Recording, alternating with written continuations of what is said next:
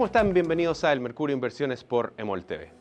Pagar un 3,8% de comisión anual como en promedio cobran los fondos mutuos locales a sus inversionistas retail de la categoría accionario internacional, o un 0,25% como el que cobra la gestora local de menores costos del mercado a través de un fondo que sencillamente replica índices, puede hacer una gran diferencia en sus inversiones. Si usted invierte 100 millones de pesos, por ejemplo, y considerando una rentabilidad del 7% anual, haber invertido en la primera opción llevará su ahorro a un total de 137 millones de pesos al cabo de 10 años, mientras que quien lo hizo con una comisión del 0,25% percibirá un total de 192 millones de pesos. Así, no da lo mismo la comisión que usted paga a su administradora. ¿Cómo invertir a bajo costo y qué instrumentos se están posicionando para ello? Es el propósito de esta edición de El Mercurio Inversiones en EMOL TV. Una entrevista con Diego Chomalí, partner en Singular AGF, profundizará sobre este tema en el segundo bloque de nuestro programa. Tras el estallido social, los portafolios de los chilenos se diversificaron hacia el exterior. En octubre de 2019, un 60% de los partícipes del mercado de fondos mutuos apostaba por deuda nacional, mientras que a comienzos de año esa cifra bordeaba el 50%. De ahí que las alternativas de inversión en acciones globales hayan ganado relevancia para los inversionistas locales. Pero existe consenso en que las opciones que ofrece la industria de fondos mutuos tienden a ser caras. En la tabla que usted ve en pantalla, se aprecian los vehículos que menos cobran a sus partícipes por fondos de acciones internacionales, todos ellos enfocados en Estados Unidos, así como la rentabilidad que obtuvieron en los últimos 12 meses. Y mientras el más barato para inversionistas minoristas cuenta con un fee o tasa anualizada de costos del 0,99%, el más alto entre los 10 más económicos llega a un llamativo 3,56%. También vale la pena mirar opciones fuera de esta industria. En el mundo de los fondos de inversión, por ejemplo, un ETF de acciones globales, instrumento que solo replica el desempeño de un índice como el S&P 500, por ejemplo, puede costar 0,25%, como mencionamos en un comienzo. Y en Estados Unidos estas alternativas de inversión cuentan con cobros de menos del 0,1% anual. De vuelta al mundo de los fondos mutuos, donde operan más de 3 millones de inversionistas, podemos apreciar que en renta fija local, una categoría que sigue generando un alto interés entre los chilenos, con cerca de 20.000 millones de dólares en inversión, entre los 10 primeros lugares de las opciones más baratas, las comisiones van desde el 0,61% hasta el 0,9%. Aprovechando este escenario de altos costos, una gestora chilena estrenada hace algunos años lanzó un ETF de renta fija local que se ha vuelto muy popular a nivel nacional. Se trata del llamado Fondo Chile Corporativo de Singular Asset Management y que, como todos estos vehículos, lo que hacen es replicar pasivamente el desempeño de algunos activos en lugar de escogerlos. En este caso, esta alternativa destina su dinero a un grupo predefinido de bonos corporativos y bancarios en UF, cobrando por ello un 0,2% anual, una diferencia respecto de otras opciones que ha llevado a que su patrimonio se haya disparado hasta casi 150.000 millones de pesos. Esta firma, eso sí, es parte del mundo de los fondos de inversión. Y si usted quiere invertir en acciones nacionales, acá la historia de las comisiones también gana relevancia. En este caso, el cobro promedio de las administradoras de fondos mutuos a los inversionistas retail es del 2,41% anual. Y una excepción a la regla nuevamente se lo lleva un ETF. Se trata del denominado ETF Eat Now de Itaú, el primer fondo que replica un índice accionario local, el IPSA, y que cobra una comisión de 0,43% anual. Si bien un ETF en Estados Unidos, es decir, un fondo que solo replica el desempeño de un índice como el S&P 500, cobra una fracción bastante menor que el citado ETF accionario chileno, la clara diferencia entre el costo de este vehículo respecto de otros de acciones locales lo ha llevado a contar con un relevante patrimonio. A la fecha, este instrumento que actúa como un espejo del IPSA cuenta con un total de 63.000 millones de pesos. Suscríbase al Mercurio Inversiones por un valor promocional durante el primer mes y acceda a información única en torno a las comisiones de sus inversiones en Chile, una variable que puede ser decisiva en su ahorro futuro. Y a continuación lo dejamos con Mentes del Mercado, la entrevista semanal de este programa y que en esta ocasión contará con la presencia de Diego Chomalí, partner en Singular Asset Management. No busques la aguja, compra el pajar. La frase hace referencia a John Bogle, el conocido fundador de Vanguard que popularizó los fondos de bajísimo costo que replican índices como el S&P 500 o el IPSA, e insistió en que la mayoría de los administradores de fondos que seleccionan activos no valían los honorarios que cobraban. Parte de esta filosofía parece estar reflejada en Singular Asset Management, una gestora de activos local formada hace algunos años que justamente se ha caracterizado por ofrecer múltiples ETF o fondos indexados o pasivos que a muy bajo costo permiten acceder a múltiples inversiones altamente reconocidas. Para hablar sobre los costos de la industria y cómo ha ido variando este tema, estamos con Diego Chomalí. Él es ingeniero comercial de la Universidad Católica, partner y CFA de Singular AGF. Bienvenido, Diego, muchas gracias por estar con nosotros. Muchas gracias a ustedes por la invitación, muy contentos de participar en todo tipo de iniciativas que aporten a la educación financiera. Buenísimo. Bueno, partiendo por una pregunta más general. En entrevista con el Mercurio, antes de su fallecimiento, John Bogle aseguró, y leo textual, que los cobros de los fondos mutuos en Chile representaban una masacre para el inversionista. ¿Concuerdas con eso? Mira, la verdad es que en algunos casos sí coincido porque hay series de fondos que son muy caros en Chile. En promedio los fondos, depende de la categoría, son caros. Pero decir que una masacre para el promedio no sé si es el término más correcto. ¿Pero por qué se explica este cobro tan alto? Mira, yo creo que ha habido durante muchos años un dominio, por llamarlo así, de la AGF ligada a instituciones bancarias que no han tenido competencia real y hoy día hemos visto por un montón de razones, principalmente la proliferación de la tecnología, un montón de nuevas iniciativas que van a hacer que aumente la competencia. Por ponerte un ejemplo, yo cuando entré en la industria financiera en el 2008, yo no tenía celular con internet. Y hoy día toda la gente tiene celular con internet, está toda la gente educada y hoy día cada vez más buscan más información, buscan informarse más y eso también es parte del trabajo que tenemos que hacer nosotros.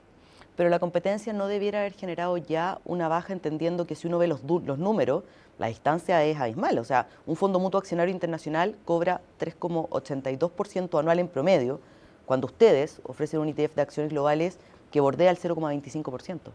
Sí, esa diferencia yo creo que ahí en ese caso sí considero que una masacre para el inversionista, porque si uno piensa que el retorno de largo plazo, por ejemplo, de un índice o acciones globales 7% y te cobran el 4% y la inflación en promedio es 3%, tú te quedas con un 0% de rentabilidad en términos reales. Por lo tanto, en ese caso quizás conviene invertir en un fondo de renta fija que tiene mucha menor volatilidad y que te puede dar un retorno mayor, dado que los fondos de renta fija en general cobran menos que los fondos de renta variable. Y a nivel puntual de gestión de activos, gestionar activos que no son ETF, ¿es más costoso para las administradoras? ¿Por eso cobran esas comisiones tan altas?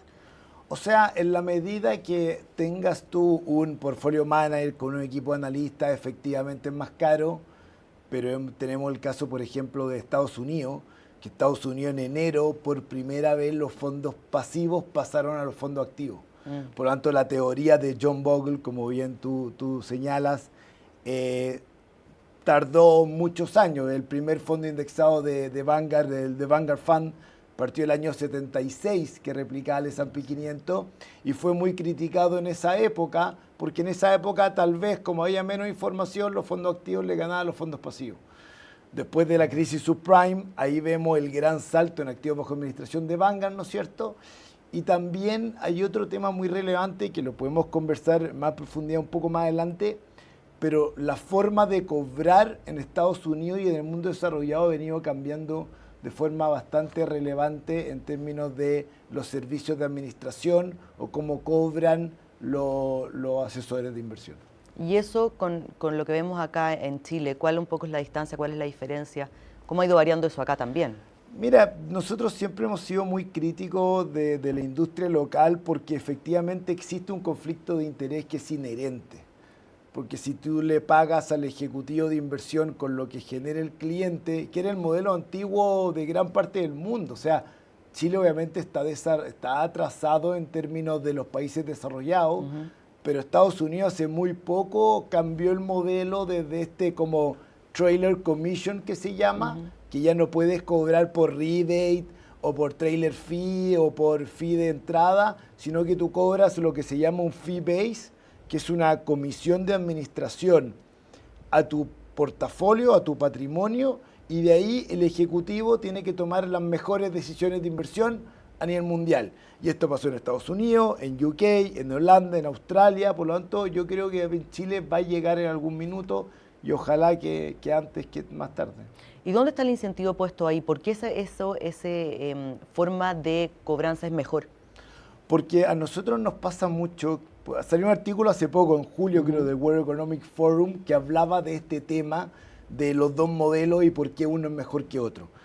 El tema es que cuando yo pienso en lo mejor para el cliente, yo tengo que salir al mercado a buscar los mejores productos para el cliente. Si yo tengo este conflicto de interés y digo, bueno, si invierto a este cliente en este fondo o en este otro y yo gano un poco menos plata, bueno, ese conflicto de interés se elimina completamente. Claro. Es un poco también lo que pasa en el corretaje, ¿no es cierto? O sea, si yo voy y compro una acción y la dejo 10 años, el corredor no gana nunca nada. Entonces, al final, si yo hago que mi cliente rote de forma consistente la cartera, yo cada vez que existe una rotación, yo ahí gano plata por esa comisión. ¿Cómo cobran ustedes el 0,25? No, nosotros los fondos cobran muy distinto, obviamente, de las corredoras de bolsa. Nosotros cobramos, términos simples, el 0,25 dividido 365, por lo tanto cobramos un 0,001 diario. Por lo tanto, si una persona está 6 meses, no le cobramos el 0,25, le cobramos el 2,5. Perfecto. Y si una persona está, no sé, un mes, le cobramos 2 basis. Perfecto. Que la verdad es que es prácticamente, o sea, es lo más competitivo que existe en la industria hoy día. ¿Cuáles son los beneficios de invertir en ETF? Chuta, son muchos beneficios de invertir en los ETF y por eso los ETF en Estados Unidos, después de 20 años, entre el 2004 y el 2024, pasaron a administrar 200 billion a 10 trillion. O sea, hubo un aumento de 50 Increíble. en el aumento de los ETF, porque uno tiene una flexibilidad que uno no le encuentra en un fondo mutuo. 2, en promedio, tienen costos muchísimo menores. Y 3, bueno, hay un tema que consistentemente un fondo activo más caro es muy difícil que le gane al índice. Y hay un montón de evidencia empírica, ya obviamente con los años, uno tiene ya 20 años de historia, 30 años de historia, ya hay informes de S&P, de las casas de índices más grandes del mundo, que los fondos activos y caros consistentemente no le ganan al índice. Entonces es mucho más eficiente invertir en un fondo muy, muy barato, pasivo, y con eso uno arma el core, como se llama, la madre de tu portafolio. Y si nos vamos al otro lado, ¿qué riesgos existen? ¿A quiénes no se les recomienda invertir en ETF? No, yo la verdad es que no veo, o sea, no veo ni un riesgo en el sentido de comparar un ETF con un fondo. Al final, ¿qué es lo que pasa? Nosotros vemos que hay distintos tipos de ETF. Hay ETF de renta fija, ETF de renta variable. Por lo tanto, siempre uno va al mercado líquido, al mercado público, por lo general con los ETF. Y si uno obviamente quiere invertir en activos alternativos, ya es otra liquidez, otros cobros, es otro mundo. Pero dentro de renta fija, para ponerte un ejemplo, nosotros tenemos ETF de depósito a plazo. Por lo tanto, si mi mamá quiere verse al riesgo, es conservadora, no quiere perder plata, quiere invertir y con liquidez diaria, bueno, lo puede hacer en nuestro ETF de depósito a plazo.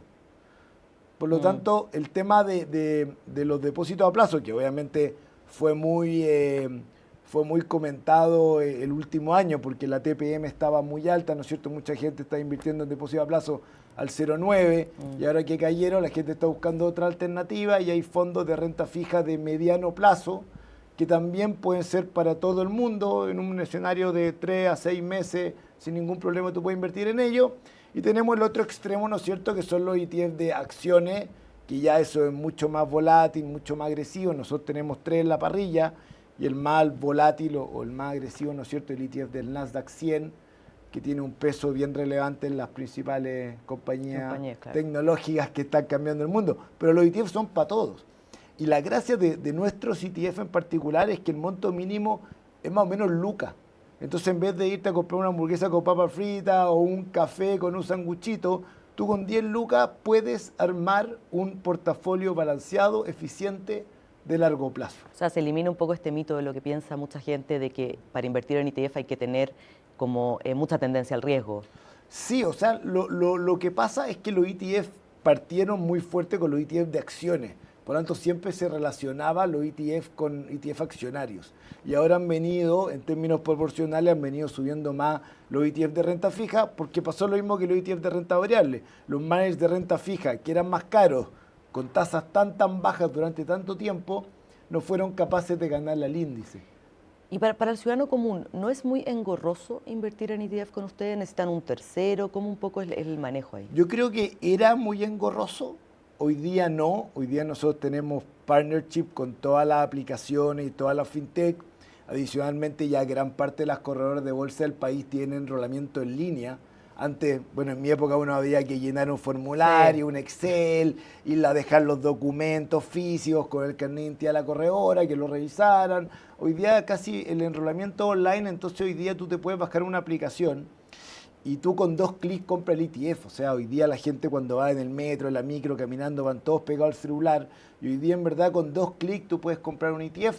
Hace 20 años atrás en Chile yo te hubiera dicho que efectivamente es engorroso. Hoy día es bastante más sencillo. ¿Cómo tú evalúas la regulación al respecto? ¿Qué nos falta para seguir avanzando, para seguir un poco promoviendo esta competencia en la industria? Mira, yo felicito a la CMF por el informe que sacó el año pasado y el comparador de este año. Nosotros también tenemos una relación bastante cordial con todos los influencers, que yo creo que los influencers han hecho una pega muy importante de dimensionar o explicar cómo cobran los fondos, cuáles son los fondos baratos, cuáles son los fondos caros, dónde puedo invertir, dónde no me conviene invertir, qué son los niveles de riesgo. Pero efectivamente yo creo que se puede más, o sea, toda iniciativa que vaya a favor de la educación financiera, nosotros la vamos a apoyar. Pero como te dije anteriormente, hay países desarrollados que la regulación ha empujado, por decirlo de alguna forma, en su esencia, a poner al cliente primero. Y cuando tú pones al cliente primero, se eliminan todos los conflictos de interés. Nosotros tenemos relación con prácticamente todos los multifamily office grandes de Chile, y los multifamily office grandes cobran fee base, cobran un monto por el patrimonio administrado. Por lo tanto, ellos salen a buscar al mercado sin conflicto de interés los mejores productos para sus clientes. ¿Dónde vamos a ver a Singular? ¿Qué es un poco lo que están pensando ustedes hacer? ¿Para dónde viene el próximo paso? ¿Les interesa la industria del ESG o no? ¿Cómo un poco están avanzando? Mira, nosotros cuando partimos nos tocó bien difícil, porque los 3 primeros ETF salieron en el 2019, nos tocó estallido social. Plena pandemia y estallido. Pandemia, después una burrada de elecciones, ¿no es cierto? Íbamos cada tanto rato a votar, fue un escenario bastante complejo. Pero el año pasado nos fue muy bien, crecimos 47% en activos bajo administración, que eso la verdad es que es mucho más que la industria de fondos mutuos. Luego este año ya llevamos más de un 60% de crecimiento en activos bajo administración, estamos administrando 335 mil millones de pesos, que bueno, para nosotros es harta plata. Si uno ve la industria no es tanta plata, porque la industria de fondos mutuos, al último informe de la Asociación de Fondos Mutuos, está administrando 75 billones. Sacó hace poco la CAFI el informe de los fondos de inversión al cierre del primer trimestre, estaban administrando más o menos 35, 40 mil millones de dólares. Por lo tanto, el océano es gigante. Estamos hablando de más de 100 mil millones de dólares de plata que existe hoy día de los ahorrantes, tanto pequeños inversionistas como inversionistas institucionales, como puede ser una compañía de seguro o una AFP, en fondos chilenos. Por lo tanto, nosotros queremos seguir creciendo, queremos seguir aportando, y con un número del año pasado y este año estamos muy confiados de que lo vamos a hacer, y por varias razones. Yo te diría que una de las principales es que en los ETF no hay discriminación de precios. Todo el mundo entra a las mismas condiciones. Si te pongo un ejemplo, si Warren Buffett quiere invertir en el ETF de Singular 1.000 millones de dólares, y mi mamá quiere invertir 10 lucas, entra en las mismas condiciones. Claro. Hoy día en los fondos mutuos, otro tema que pasa también es que existen muchas series. O sea, una persona llega, ve el folleto informativo de un fondo y hay fondos que tienen 10 series. Entonces ahí tú te pierdes, no sabes en quién invertir, hay algún monto mínimo alto, bajo, más o menos, permanencia mínima, hay algunos que tienen comisión de salida, entonces sigue siendo muy engorroso, muy complicado. Y la verdad es que yo creo que a medida que nos vayamos haciendo conocidos, porque como te dije, al principio fue muy difícil, Nos preocupamos obviamente de armar bien la GF el año 2018, ya tuvimos de cumpleaños, cumplimos 6 años, después el año 2019 potenciando los principales productos, obviamente se nos vino varios temas encima, y después obviamente a medida que ya vayamos creciendo y nos vayamos a ser conocidos, como decía mi profe de marketing, el boca a boca es la herramienta más importante del marketing, y yo creo que vamos bien. ¿Y podrían lanzar un ETF en acciones locales? Sí, lo hemos evaluado y no está en la parrilla de corto plazo, pero sí muchos clientes se nos acercan a nosotros constantemente y nos dicen, oye, saca un ETF de Europa, saca un ETF de Asia Emergente, ¿por qué no saca un ETF de LATAM o de IPSA? Y son cosas que estamos viendo a cada rato. De hecho, hace poco, el mes pasado recién, sacamos un ETF de renta fija a largo plazo chilena, que es algo que hacía falta en el mercado, ¿no es cierto?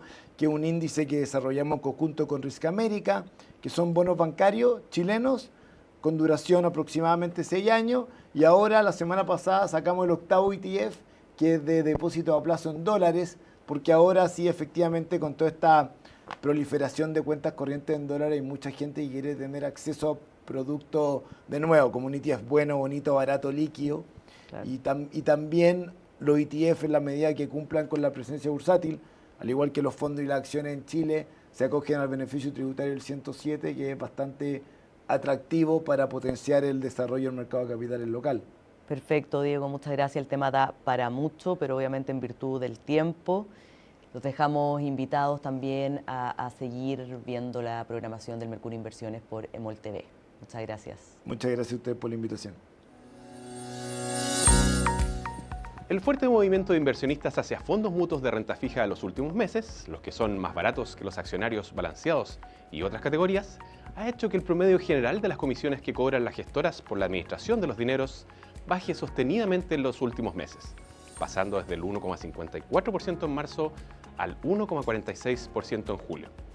Una tasa anualizada de costos general de la industria que nunca se había dado en los registros del Mercurio Inversiones. De hecho, en marzo, el patrimonio administrado por fondos de deuda nacional correspondía al 50,5% del total de la industria, que a julio creció hasta un 57,3%, excluyendo de la ecuación a los volátiles fondos de mercados monetarios. Pero al mismo tiempo que la tasa promedio baja a mínimos, también crecen los montos que perciben las administradoras por comisiones. En efecto, el monto mensual cobrado por las gestoras por este concepto llegó en julio a casi 60.000 millones de pesos. Se trata de la cifra más alta en nuestros registros. Y esta es la recomendación del Mercurio Inversiones de esta semana. Un completo reporte mensual con los costos que cargan las administradoras de fondos mutuos a sus inversionistas y que en el último mes trajo varias novedades. De acuerdo al reporte, la TAC general, es decir, el promedio de las comisiones cobradas a todo tipo de clientes, cayó 0,9 puntos base, pasando desde 1,47% en junio a 1,46% en julio. Es la más baja del año y los registros de este medio que datan desde 2016. Y en cuanto a las AGF también hubo novedades, porque Zurich dejó de ser la más cara de las administradoras. En julio, BTG Pactual ocupó el primer lugar al respecto con una TAC general del 2,63%. Zurich quedó en segundo lugar con un 2,35% y luego Principal, que se mantuvo en el tercer puesto con una TAC de 1,81%. Por el contrario, las más baratas fueron Banco Estado, con 0,76%, Sartor, con 0,94% y Soy Fucus, con 1,03%. Suscríbase al Mercurio Inversiones y acceda a permanentes reportes de costos de la industria. Mejore su patrimonio a partir de su análisis respecto a si estos cobros valen o no la pena en la gestión de sus activos. Y con esta recomendación nos despedimos y los invitamos a conectarse la próxima semana, siempre aquí, en EMOL TV.